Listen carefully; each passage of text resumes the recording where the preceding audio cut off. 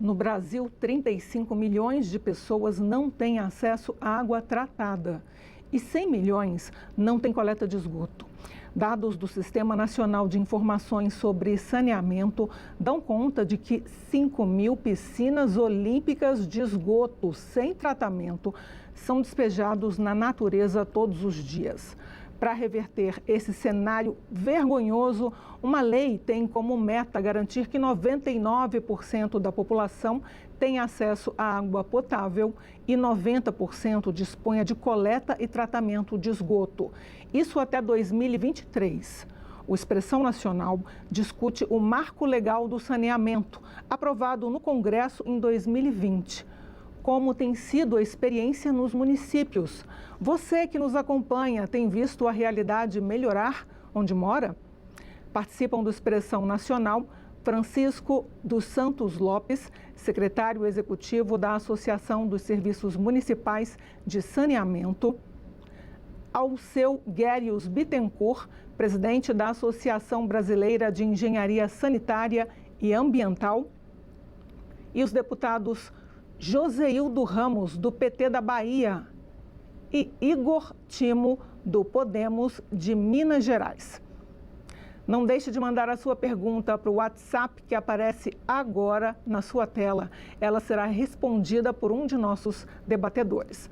Antes de iniciar o debate, muito obrigada pela presença virtual de todos. Eu queria chamar na tela principal um gráfico sobre o tratamento de água. População com água tratada evoluiu em 2012 de 93,5% para 2016, 93,6%, para 2020, 94,4%. População com coleta de esgoto agora, 69,4% em 2012, 72,2% em 2016 e 75,7% em 2020. Um avanço ainda tímido para um país tão grande como o Brasil. Para fechar, quero mencionar alguns dados também muito vergonhosos. Eu fiquei chocada quando li a pesquisa do Instituto Trata Brasil. Porto Velho, em Rondônia, Ananindeua, no Pará, Santarém, Pará, Macapá, no Amapá, sempre estiveram nas 10 últimas colocações dentre as 100 maiores cidades do país no quesito pior atendimento. Antes de começar, então, a pergunta sobre o marco legal do saneamento, eu queria saber dos debatedores por que o Brasil, em 2023, ainda está nessas condições.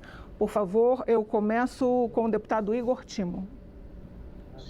Bom dia, Aline. Bom dia a todos os participantes, ao Francisco, ao Alceu e ao nosso deputado Joseildo. Olha, Aline, essa resposta ela é muito simples, né? Eu acho que nós que estamos hoje atuando na vida pública, podemos falar de forma muito direta sobre isso. Eu vou acrescentar três regiões que poderiam se somar a essas que você citou com praticamente 0% de saneamento básico. A minha região de origem, que é o Vale do Jequitinhonha, logo ao lado ali no Alto do Pardo, a Serra Geral, também uma região irmã e vizinha, que é o Vale do Mucuri, onde nós temos cerca de menos de 3% de saneamento básico, de esgoto tratado precisamente falando.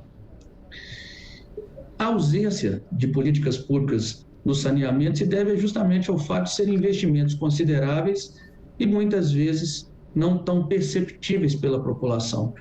E isso, como se diz no jargão popular, não dá voto, mas compromete de forma direta a nossa qualidade de vida.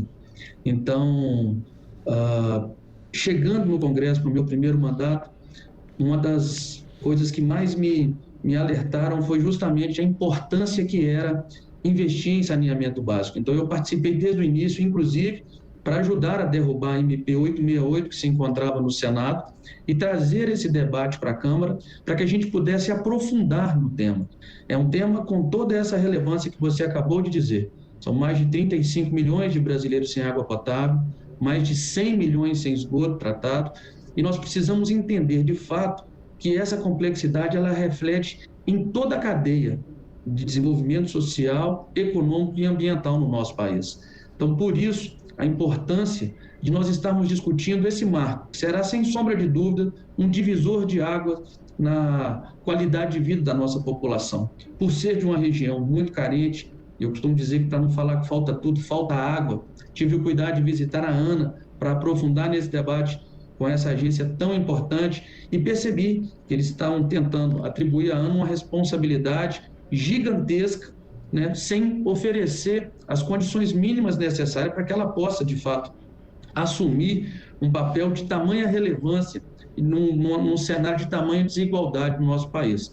Então, é um tema muito relevante, eu venho acompanhando muito de perto isso, e acredito que o marco, sem sombra de dúvidas, traz diretrizes muito claras e que nós vamos precisar do apoio de todos os atores de forma direta para garantir que isso seja implementado dentro dos prazos previstos. A gente entra na segunda etapa de perguntas, exatamente sobre o marco legal do saneamento. Deputado Igor, muito obrigada pela sua resposta. Agora, deputado Joseildo Ramos. E só avisando, eu mencionei 2023, não estou adiantada não. É porque o marco legal do saneamento, ele pretende universalizar até 2033. Então, já estou colocando aqui uma década. Deputado Joseildo. Eu quero dar um bom dia a todos que estão presentes. O Alceu Bittencourt, o nosso Francisco Lopes, o colega Igor Timo. Eu acho extremamente relevante essa discussão. E observem, depois de mais de 20 anos sem lei, ou seja, sem a norma legal, e sem regras que norteassem as ações de saneamento, finalmente, a partir de 2007, foi instituída a Lei 11.445, depois de 20 anos de ato nessa situação. Essa Lei 11.445, ela definiu as diretrizes nacionais da política federal para o saneamento básico. Essa lei foi tão discutida em nível nacional, em conferências, desde municipais, regionais, estaduais e federal, possibilitou, em algo extremamente complexo, que é o serviço de saneamento, nas suas principais vertentes, abastecimento de água, esgotamento sanitário, resíduos sólidos e drenagem urbana, e mesmo assim foi aprovada por unanimidade nas duas casas do Congresso. Isso, de imediato, já chama atenção. E a partir de 2003, com a criação do Ministério das Cidades, que foi uma coisa importante e que a sociedade brasileira participou nesse evento histórico, a criação da Secretaria Nacional de Saneamento, instrumentos de controle social e a continuidade das conferências para tratar e aprofundar um tema tão importante. Então, se deu a retomada dos investimentos, como eu disse, e retomo mais uma vez, que se comparar os 20 anos pretéritos, na realidade, era um absurdo. E a partir de 2007, tivemos o Programa de Aceleração do Crescimento, PAC 1, PAC 2, e o Plano Nacional de Saneamento Básico. Portanto, todo o escopo de planejamento estava estabelecido. Agora, depois de mais de uma década de existência, esses instrumentos da lei até hoje não foi completamente implementado. A regulamentação ocorreu em 2010 e a formulação do Plano SAB só ocorreu em 2013. Portanto, a própria legislação, ela não foi implementada. Então, quais os reais problemas que impediram os objetivos de serem alcançados? A ausência de políticas públicas de 86 a 2006, falta de implementação da Lei 11.445 de 2007, a ausência de cultura de planejamento, de regulação, de fiscalização aqui em nosso país, a ausência de aporte regulares de recursos públicos de 2003 a 2015, foi rara a exceção. Mais de 166 bilhões foram colocados à disposição do saneamento básico no Brasil. Então, no período republicano, foi algo extremamente substantivo. No primeiro momento, eu vou parar aqui, mas eu gostaria de ter colocado esse pano de fundo que coloquei, porque na antessala de uma lei que cai como uma luva para a privatização do saneamento, seja em regime de monopólio ou oligopólio, como ele aparece no cenário mundial, é extremamente importante esse debate. Então, no primeiro momento, eu paro por aqui, porque eu quero ouvir os demais. Obrigada, deputado Joseildo Ramos. Seguindo com Francisco dos Santos e Alceu Guérios. E quero aproveitar para mencionar aqui os 20 melhores, o ranking dos 20 melhores e dos 20 piores no saneamento, o ranking de 2022 do Instituto Trata. Vou mencionar as 5 melhores e as 5 piores cidades.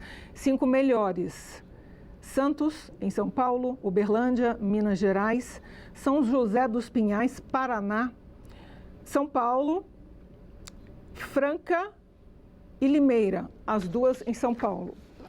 As 20 piores cidades, vou mencionar as 5 piores cidades: Canoas, no Rio Grande do Sul; Belfor Roxo, no Rio de Janeiro; Recife, em Pernambuco; Teresina, no Piauí; e São Luís, no Maranhão. Vamos para as intervenções, então, de Francisco e do Alceu. Francisco, por favor. Obrigado. Bom dia, Aline. Bom dia aos colegas aí, aos deputados Igor Timo e Joseildo Ramos, ao colega Francisco. A pergunta, ela tem várias respostas. Nós temos problemas no país de capacidade de investimento, de eficiência de alguns operadores, que leva a que algumas áreas do país não tenham o melhor atendimento e nós tenhamos esses déficits. Mas é importante dizer que também temos no país muitas áreas com bom atendimento e bons operadores. Então, nós entendemos, a Associação Brasileira de Engenharia Sanitária e Ambiental, que a situação é mais complexa do que, às vezes, a discussão pública apresenta. Um dos grandes problemas que nós temos, nós sabemos, são os problemas de distribuição de renda, e as áreas que não são atendidas são as áreas mais pobres, são as periferias das grandes cidades, são as áreas das regiões norte e nordeste que têm maior problema de distribuição de renda. Então, às vezes, nos parece que a discussão é um pouco simplificada, é como se fosse assim, uma coisa simples de resolver. A estrutura do saneamento, ela é mais complexa que outras infraestruturas. Ela demanda planejamento público, ela demanda ação coordenada de governo. Então, nós achamos que o marco que nós vamos discutir na sequência, ele tem muitos méritos e precisam ser ressaltados, mas também existem simplificações que, como se pudéssemos resolver todas as questões com simples leilões de licitação de serviços. Isso não é verdade. E da forma como está sendo conduzido o processo, nós temos uma preocupação muito grande, porque está ameaçando desestruturar operadores, estruturas de operação que funcionam bem. Então, nós podemos ter o pior dos mundos, né? Não resolver os problemas onde existem os déficits e desorganizar onde a gente tem um sistema que opera bem. Então, nós achamos que essa é uma discussão muito relevante, ela vai se prolongar por esse ano, pelo próximo governo federal, e o processo que foi iniciado, como ele disse, tem muitos méritos, ele também tem problemas, ele precisa de ajustes, e principalmente recuperar a função de planejamento do setor público. Não podemos reduzir o saneamento a uma questão de processo de licitação e ter uma condição de maior negociação na condução de processo, de menos coerção sobre os agentes subnacionais. Então, assim como fala inicial, acho que é isso que eu gostaria de deixar. Vamos ver a continuidade do debate. Francisco, espero que agora seu áudio já esteja regularizado. Me ouve? Não consigo ouvi-lo ainda, Francisco. Eu vou continuar aqui com as perguntas e continuamos aguardando, ok? A regularização do seu áudio. Entrando agora especificamente no marco legal do saneamento, nós temos um marco que transforma os contratos em vigor em concessões com a empresa privada que vier a assumir a estatal. A minha preocupação e a preocupação nos debates, que inclusive eu cheguei a cobrir aqui no Congresso Nacional, era como tornar aquelas áreas menos atrativas economicamente dentro do pacote que seria licitado. Houve uma solução, eu sei que os leilões já estão sendo feitos e ainda há leilões para acontecer, mas o poder público, na avaliação de vocês, está conseguindo fazer uma mistura competente? Deputado Igor Timo. Olha, Aline, uma das principais ações que eu acredito que possam enfrentar de forma muito direta essa desigualdade, essa falta de condição de parte dos municípios em custear, né, a questão do saneamento são os consórcios. Isso, sem sombra de dúvida, é uma alternativa muito viável.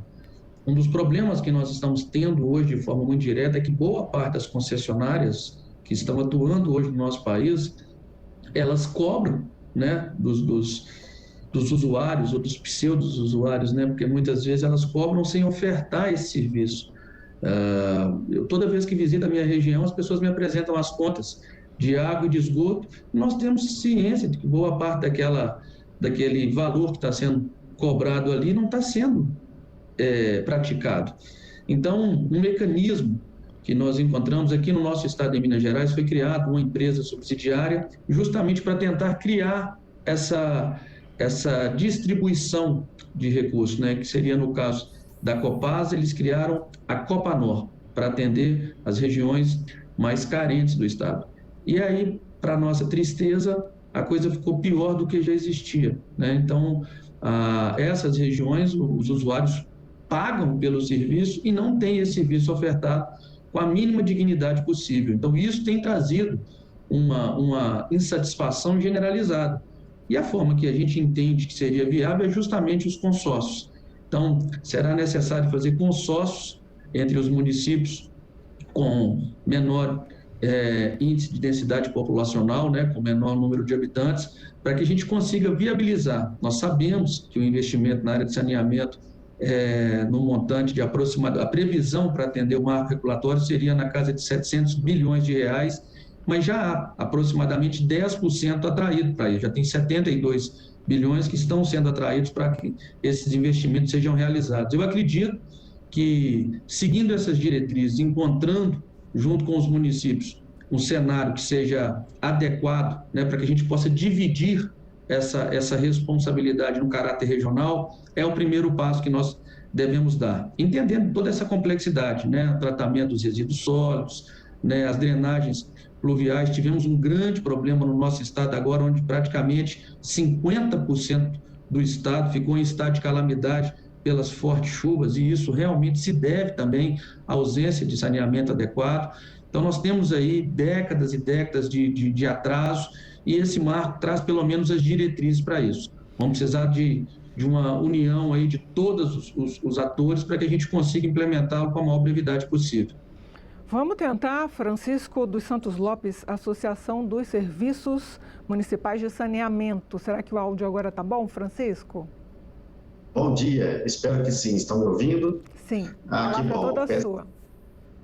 Então tá bom. Cumprimentar a Aline Machado, cumprimentar o deputado Igor Timo, cumprimentar o deputado Joséildo Ramos, cumprimentar o Alceu, presidente da ABS, cumprimentar todos os nossos ouvintes. Bom, a SEMAI já atua no setor de saneamento há 38 anos, tá? Então, nós temos aí um foco, né, no saneamento básico desde esse período, buscando justamente possibilitar que seus associados aí ganhem escala a nível nacional, justamente para enfrentar os problemas do saneamento básico.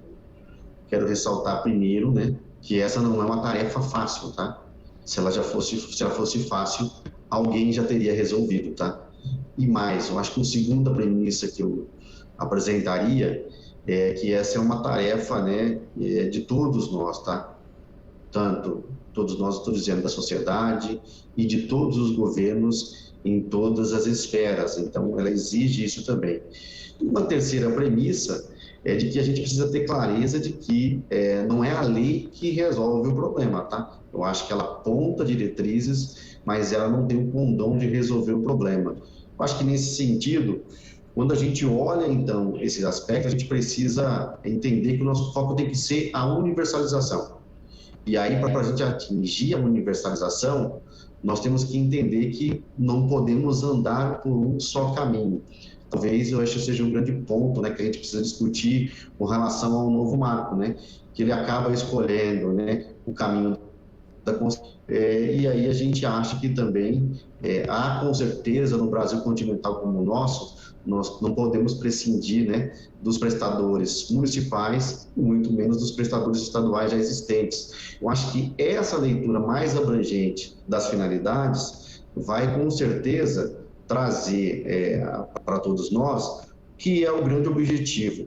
Quando nós discutimos com a Câmara, com o Senado, com a sociedade, justamente essa lei, a gente alertávamos, né, sobre os prazos, né, que justamente a gente precisa ter cuidado com isso. Se a primeira premissa de que a realidade é mais difícil, mais do que o que nós queremos, nos prazos também nós devemos considerar isso, que nós temos vários Brasis, né? Então, uma coisa é como você comparou, né? Uma coisa é comparar Porto Velho, como, por exemplo, a nossa querida Uberlândia, né, que é um serviço municipal, que é o segundo aí na pesquisa do Trata Brasil, ou seja, há modelos tanto públicos, tanto privados, que tantos modelos privados ou públicos que também não funcionam. Então, talvez eu trago aqui para o debate que, assim, o que nós sentimos desse momento, desse processo, é que a gestão pública, no olhar, viu aí o deputado José e o deputado Igor, a gestão pública, no olhar da 14.026, não ganhou nenhuma luz, tá? Ou seja,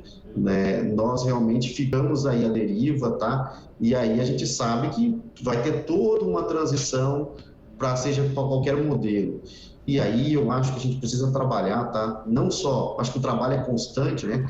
Não só da prestação do serviço, que é algo que nós entendemos que é feito dioturnamente, mas também acreditamos que do ponto de vista legislativo, há sim, né? A gente vai citar depois, ainda algumas oportunidades de melhoramento, inclusive no sentido de possibilitar o grande objetivo, que é a universalização. E eu termino aí dizendo o seguinte, que a gente precisa... É verdade, é vergonhoso os nossos dados, porém, o saneamento não está dissociado da vida nacional, tá? Não dá para a gente querer ter um país tão desigual que nós temos, desenvolvimento e saneamento de primeiro mundo. Então, eu acho que a gente precisa cadenciar todas essas questões. E se você pode ver, quando a gente olha os índices hoje do saneamento, ele é maior, né? Ele tem mais saneamento nas regiões ricas do que naquelas regiões pobres. Então, aí que é importante, o Estado não pode, né, prescindir do seu papel de fazer a indução dessa política pública. E aí achamos que ele não precisa escolher, ele tem que aportar os seus investimentos no modelo que funcione, seja ele modelo público, seja ele modelo privado. Por enquanto, agradeço aí a paciência de vocês, a gente está aqui à disposição. Espero que o meu microfone aqui ajude, né, para as próximas intervenções. Dessa vez deu certo, Francisco, espero que continue assim. Eu falei sobre as cidades, principalmente os piores exemplos, porque me parece inadmissível que na época da chegada do 5G, o Brasil ainda tenha um retrato de saneamento e esgoto, como é o que mostra o Instituto Trata Brasil. Vou passar agora para o deputado Joséildo Ramos, por favor. Olhe bem, eu ouvi atentamente os que me antecederam e, ao longo da discussão desse novo marco regulatório, que pretendia estabelecer segurança jurídica, foi isso que foi dito, criou mais insegurança jurídica. Existem vícios de inconstitucionalidade no texto. O texto, do ponto de vista dos seus prazos, é inexequível. Tem vários textos que vão ser modificados, inclusive tem um decreto que foi feito agora, no dia 1º de abril, data sugestiva, por sinal, e trata de consertar, entre aspas, essas manifestações do texto da lei, tentando corrigir. Agora, é importante dizer de que, quando isso acontece, o que é público é dito que não presta, o bom é o que é privado. Isso não é verdade, gente. Vou dar um exemplo. Pela Comissão de Desenvolvimento Urbano, nós fomos visitar no âmbito desse grande debate que se estabeleceu nas duas casas, no Senado e na Câmara dos Deputados, nós fomos visitar Manaus. Naquela época tinha 20 anos da concessão. Então a empresa pública que atendia Manaus foi desprezada, ela foi sinceramente desrespeitada, criando uma visão de caos, e depois de 20 anos, Manaus é a terceira pior grande cidade, capital, dentre os 100 municípios que tem o pior exemplo.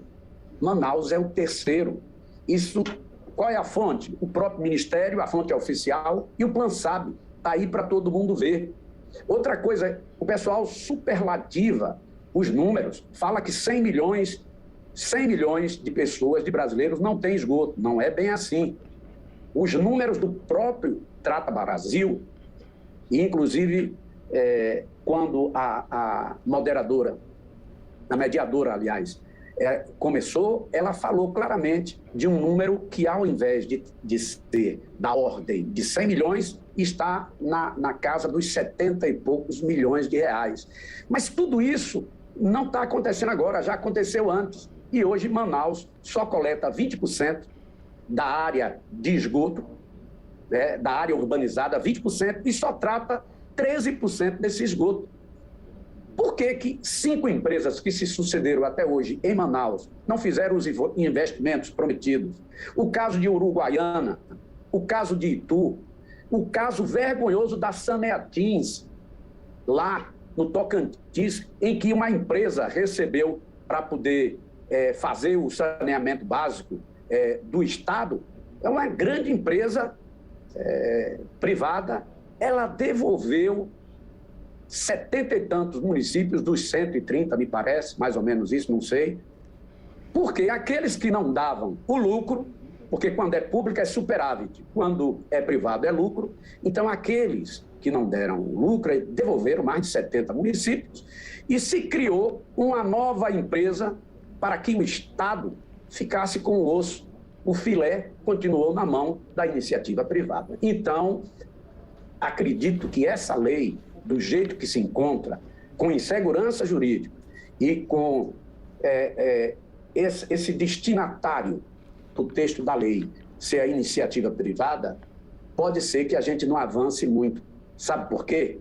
Porque dos 166 bilhões de reais que foram disponibilizados a partir dos anos 2000, a maior parte, não onerosa, foi trabalhada exatamente naquelas regiões mais vulneráveis, do Norte, no Nordeste.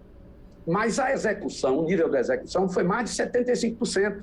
No entanto, aquelas grandes empresas e empresas privadas que tiveram acesso a recursos onerosos, financiamento externo, por exemplo, também, tiveram uma execução menor. Então, isso descortina uma realidade que precisamos levar em consideração. Deputado? Pois não? Sim, só para mencionar que o senhor citou a interação aqui dos números, 35 milhões foi o número que eu coloquei no início do programa. Isso. 35 milhões de pessoas não têm acesso à água tratada e 100 milhões não têm coleta de esgoto. Esses dados são do Sistema Nacional de Informações sobre Saneamento. Ok, então é importante também verificar dados do Ministério. Eu tenho aqui uma tabela, inclusive fiz isso ontem e hoje, e é preciso que a gente tenha, se debruçar sobre esses números, porque é preciso verificar qual deles expressa a realidade, entendeu? Porque, por exemplo, está fora desses números o uso de fossa séptica na zona rural.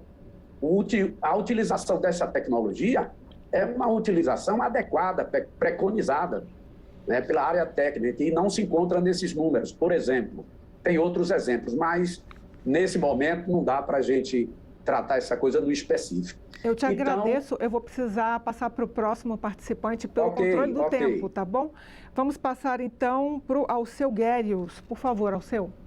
Bem, a questão das comunidades pequenas, ela claramente ela se resolve por soluções regionais, soluções conjuntas, que dão escala à prestação de serviços. Essa foi uma luta que nós tivemos, toda a discussão do marco, nas medidas provisórias que antecederam a lei, que não previam soluções regionais. Então, essa é uma parte da resposta à pergunta. Agora, eu queria chamar a atenção, existem outras áreas de déficit de atendimento que dependem de questões mais complexas. O marco do saneamento foi muito desenvolvido por pessoas com experiência no setor elétrico e muitas delas sem conhecimento específico do setor de saneamento. O setor elétrico é muito mais simples, além da titularidade ser federal, ele tecnicamente, você consegue prestar o serviço mesmo em condições de habitação mais precárias. O saneamento é muito mais difícil e ele não se resolve somente com contratos de concessão, por mais bem feitos e mais bem regulados que eles sejam. Então, quando a gente via, na época da discussão, as imagens de Ananindeua, aquilo ali é uma realidade urbana, de condições de moradia, de condições urbanas, que exigem saneamento integrado. Não vai se resolver a questão do saneamento numa cidade como Ananindeua somente com um bom contrato. Precisa haver intervenções integradas de melhoria urbana. É a mesma coisa com as grandes favelas. O Brasil é um país que, infelizmente, embora seja um país de renda média, a distribuição de renda no país é ruim e a população em favela está aumentando em vez de diminuir.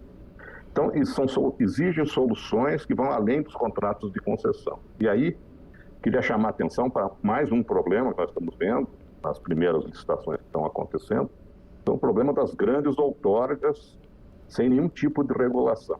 Em países mais organizados, não se permitem outorgas de valor sem limite, principalmente pagas no início do fluxo, que daí é só para atender o interesse do governante que promoveu o leilão, e o dinheiro das outorgas está saindo do setor de saneamento, e que é um setor deficitário, e exatamente essas intervenções integradas, elas precisam ser financiadas com recursos do próprio setor, além de outros. Nós sabemos a crise fiscal que o país está hoje. Então, achamos que é uma atitude altamente problemática, né, de permitir grandes outorgas com retirada dos recursos do setor de saneamento. As outorgas deveriam ser reguladas, distribuídas ao longo do fluxo e deveriam ser fixadas para aplicação obrigatória no setor de saneamento. Obrigada, Alceu. Eu vou seguir agora a ordem que a gente tinha de perguntas e respondentes desde o início, passando para o deputado Igor. Eu queria insistir um pouco na pergunta anterior, agora modificada. Como garantir a equidade dentro dos blocos de referência para os leilões de concessão? Como são formados esses blocos e garantir que os pequenos lugares, as pequenas cidades, os pequenos municípios, aqueles que não são rentáveis, estejam ali participando? Aline, eu queria deixar claro que a sua preocupação é a mesma minha, né? Não dá para a gente se conformar com essa realidade que a gente está vivendo, né? E nós temos referências, foi colocado aqui de forma muito clara. Eu vou só retomar um pouquinho esse raciocínio, porque a gente pode ficar romantizando sobre um tema que é tão perverso. Porque quando eu chego na minha região e vejo que falta água na torneira das pessoas, eu tive agora visitando a região com o nosso governador, justamente para implementar um sistema de água em uma comunidade chamada Teixeirinha. E eu vi uma mulher de 78 anos, precisamente, falar que iria realizar o seu sonho de tomar um banho de chuveiro aos 78 anos de idade. Então, eu acho que não dá mais para a gente ficar romantizando sobre questões que são primárias. O fornecimento de água é uma questão primária, entendeu? E nós não estamos tratando aqui dos rincões do país, não. Nós estamos falando do Vale do Jequitinhonha, que está aqui na divisa com a Bahia, no sudeste do nosso país, a região com maior densidade, com maior poder aquisitivo, né? Com a economia pujante. Então, está aqui ao nosso lado. Nós não precisamos ir para tão longe para poder falar dessa desigualdade. Então, eu acredito o seguinte, a referência como foi dada na cidade de Uberlândia, eu acompanhei isso de perto. Quando eu comecei a frequentar Uberlândia era a 6ª cidade do estado. ficava atrás de Belo Horizonte, Betim, Contagem, Juiz de Fora e Montes Claros.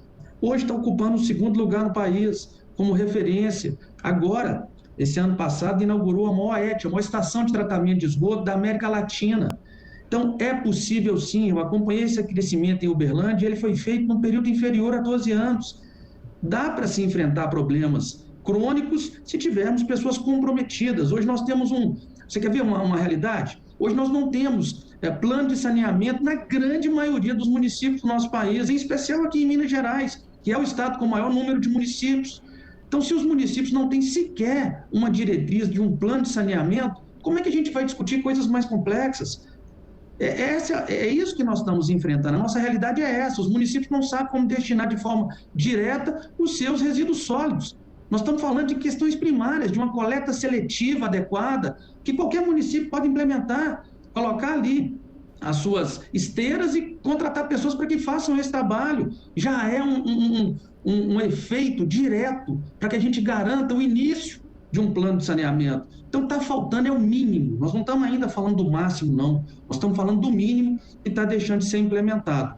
E respondendo a sua pergunta, a forma correta de se buscar a igualdade nessas divisões é fazer com que regiões com grande densidade, com capacidade da sustentabilidade ao seu saneamento, sejam inseridas regiões que têm menor densidade e maior dificuldade. Então, se você montar um bloco envolvendo duas regiões distintas, para que aquele que tem a oportunidade de ganhar um processo licitatório e comer um filé, também faça essa igualdade roendo o osso, tratando daqueles que, porventura, tenham grandes dificuldades em ter o seu plano de saneamento devidamente implementado. Essa é uma sugestão que eu venho fazendo, e aí eu queria fazer só uma correção muito justa.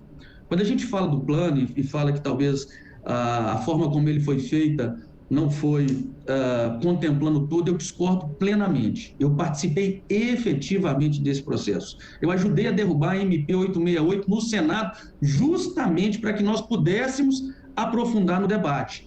E aí me permita fazer justiça com o relator do tema, foi o deputado Genin, do Democratas, agora União Brasil de São Paulo, e eu tratei exatamente desse assunto com ele. Falei, deputado, a realidade que o senhor conhece é a realidade da Sabesp, tá certo? Um sistema que hoje funciona muito bem no país. Eu preciso que o senhor vá comigo ao Vale do Jequitinhonha, a minha região de origem, que é completamente diferente da realidade que o senhor tem na Sabesp. E ele se deslocou até o Vale do Jequitinhonha, ele conheceu a realidade de uma região que não tem um saneamento básico adequado, e sim, foi uma das regiões que foi mais citadas no marco, justamente por estar tão próximo de uma das regiões mais ricas do país e não ter sequer 3% de esgoto tratado.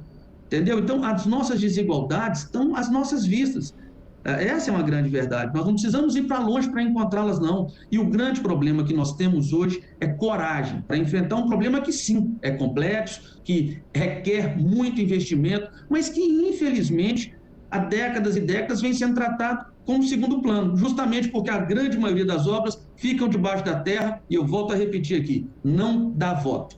Isso é que tem trazido esse lapso, essa grande lacuna de esquecimento de políticas públicas tão importantes quanto essa. Obrigada, deputado Igor Timo.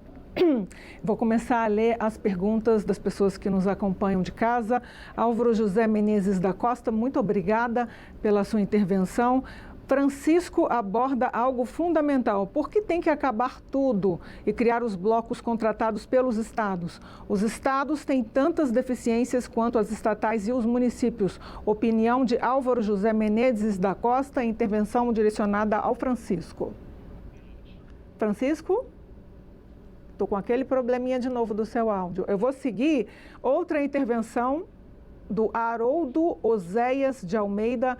Ele diz que o novo marco do saneamento tem metas ousadas e necessárias e pergunta, já a próxima pergunta direcionada ao deputado Joséildo Ramos, quais as ferramentas de comando e controle para a aplicação dessas metas que a sociedade civil tem? Pergunta de Haroldo Oséias de Almeida. Bom, como eu disse há pouco, nós teremos dificuldades de cumprir a razão dos prazos que está no texto do novo marco regulatório. E também reside a insegurança jurídica em algumas coisas que uma lei ordinária não pode colidir, enfrentar o texto da Constituição Federal, principalmente na titularidade do ente federado. E isso está no texto, isso é um problema. Eu acho que os consórcios, como entidade operadora, não é? E a presença prioritária de políticas públicas para saneamento, mas saneamento vinculado saúde, saneamento e meio ambiente. Não se pode pensar exclusivamente no saneamento, senão essa equação não fecha. Saúde, saneamento e meio ambiente, na nossa opinião. E sem políticas públicas, sem dinheiro público, nós não vamos universalizar os serviços de saneamento. Mesmo porque quem vive nas franjas da sociedade não podem pagar tarifas que normalmente acontecem nos momentos em que a privatização chega. Vou dar um exemplo. O Banco Mundial, lá há 3 décadas atrás, era um dos principais defensores, era quem mais incentivava a privatização dos serviços públicos de água e saneamento. A partir dos anos 2000, mais precisamente no 4º Fórum Mundial da Água no México,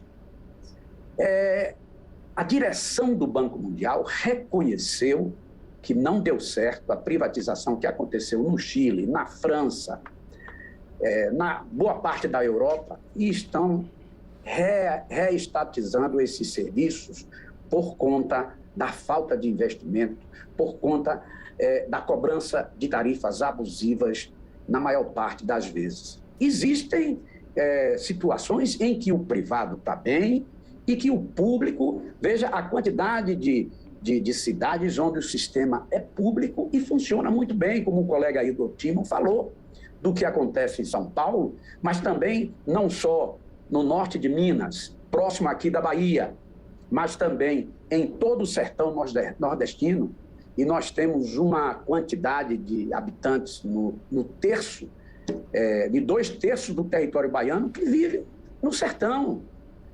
A Embasa investiu, não sei se os senhores sabem disso, nos últimos anos, nos últimos 8 anos quase, 12 bilhões de reais em saneamento. Não há outra operadora estatal que tenha investido esse volume de recursos. Portanto, se não tiver política pública, nós não vamos cumprir os prazos, porque eles são inexequíveis. Obrigada, deputado. A próxima pergunta é para o Alceu Guérios Bittencourt. Em seguida, eu passo para o Francisco. Ele é presidente da Associação Brasileira de Engenharia. A pergunta que chegou é para ele, do Wesley Eringer, do Pará. Quais os mecanismos de controle serão aplicados às prefeituras, já que as prefeituras não têm o mínimo interesse em implantar obras que não darão tanto capital político quanto outras? Os municípios são autônomos, né, e são titulares dos serviços. Em áreas metropolitanas isso é compartilhado com os estados, né, existem, as exigências são as mesmas para todos. Eu acho que mecanismos se aplicam a todos. É claro que é mais difícil, às vezes, com um pequeno município que eventualmente não tenha interesse, mas não são, né, nós temos vários casos de municípios muito bem sucedidos. Daqui o Francisco da SEMAI, que tem, né, é uma associação que tem vários serviços municipais muito bem sucedidos. Municípios de médio e grande porte conseguem ter sistemas viáveis. Os municípios menores, e aí vem a pergunta originalmente feita pela nossa moderadora, eles precisam de soluções regionais. Isso precisa ser feito com planejamento na hora de se estruturar os pacotes. Então, eu queria acrescentar, eu acho que precisa ter mais solução negociada, já falei disso. O deputado Igor fez menção ao processo legislativo. Na lei havia um período de transição que foi negociado e foi acordado no Congresso. Isso foi vetado pelo presidente e esse veto não foi derrubado. E hoje a ação do governo federal ela é claramente uma ação para forçar leilões e ameaçando desestruturar, por exemplo, companhias estaduais que funcionam bem. Nós temos um caso que estava na imprensa há poucos dias, né, de uma parceria público-privada, ou seja, o privado trabalhando junto com o público, né, que é uma coisa que tem tido muito sucesso no setor de saneamento. Então, a parceria público-privada no Ceará. A companhia estadual, a CAGES, estruturou com apoio do BNDES para atender as áreas mais densas do estado, uma parceria público-privada. E a notícia é de que o Ministério da Economia estava pressionando o BNDES a retirar o apoio a essa solução, buscando a solução do desmanche das companhias estaduais. Nós achamos que isso é um grande erro. Eu acho que as soluções combinadas, como o Francisco disse, é o que o país precisa.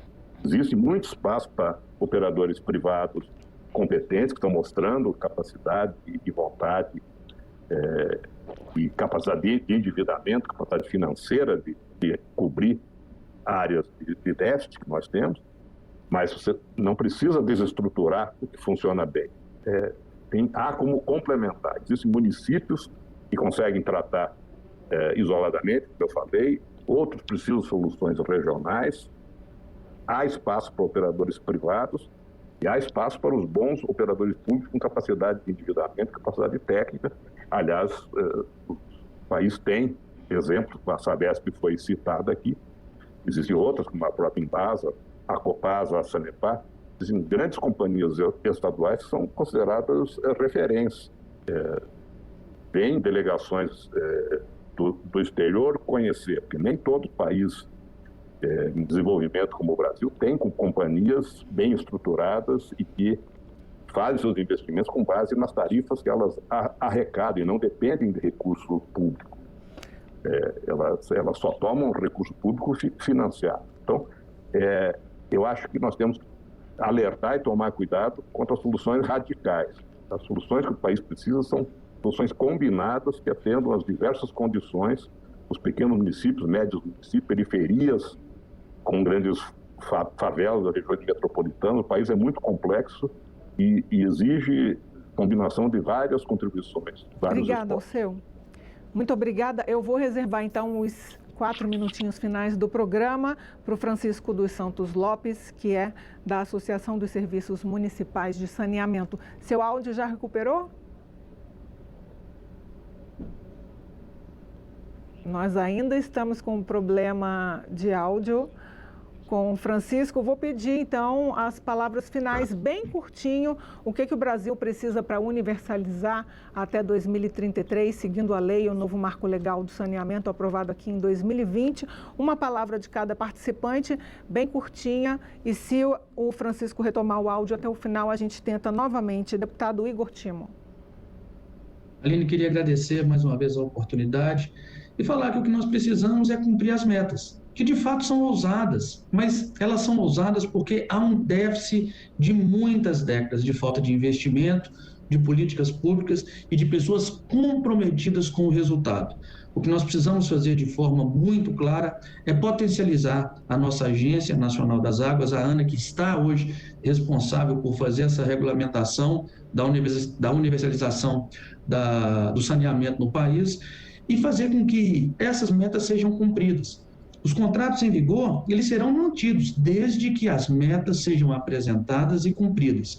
Então, de forma muito clara, passou da hora de nós termos realmente, com a população, o compromisso em comprometimento para que todas as metas apresentadas, principalmente durante os períodos eleitorais, sejam cumpridas. Então, espero que os nossos órgãos fiscalizadores atuem de forma muito firme, garantindo que quem esteja à frente dos executivos municipais, estaduais e federais cumpram com seus compromissos de campanha. Deputado Joséildo Ramos.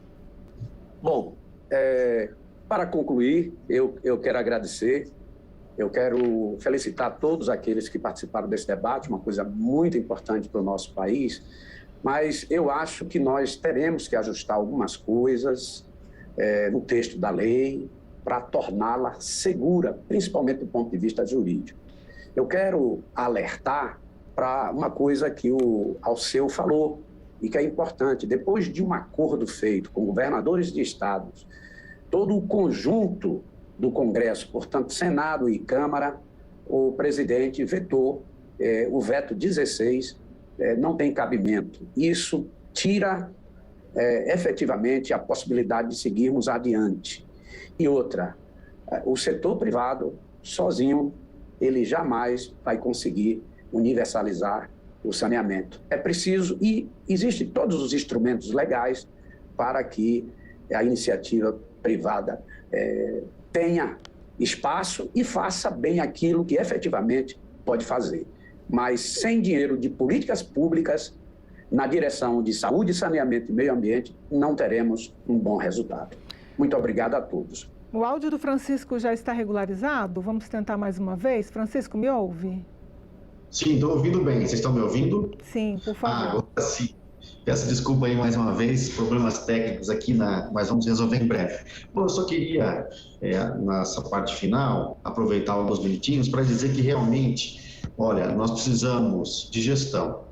E por mais que no nosso município, no nosso setor, né, a questão da somatória de municípios é importante, mas há que se dizer também que é possível fazer gestão em pequenos municípios e com eficiência.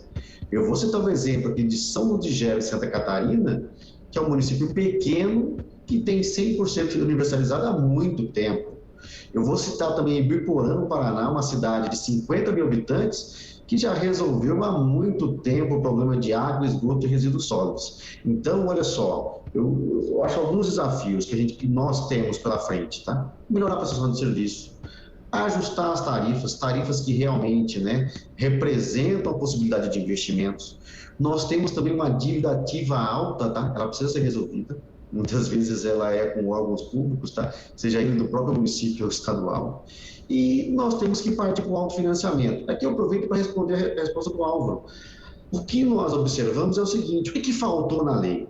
Olha, veja o artigo 50. Ele fala que para receber recurso, precisa ter desempenho e boa técnica. Como é que se faz isso? Qual o incentivo para isso? Como é que se faz uma prestação eficiente? Então, ela não trouxe mecanismo para isso. E realmente, olha só, vamos lá à questão do financiamento. Eu sou de Uberlândia, estou universalizado.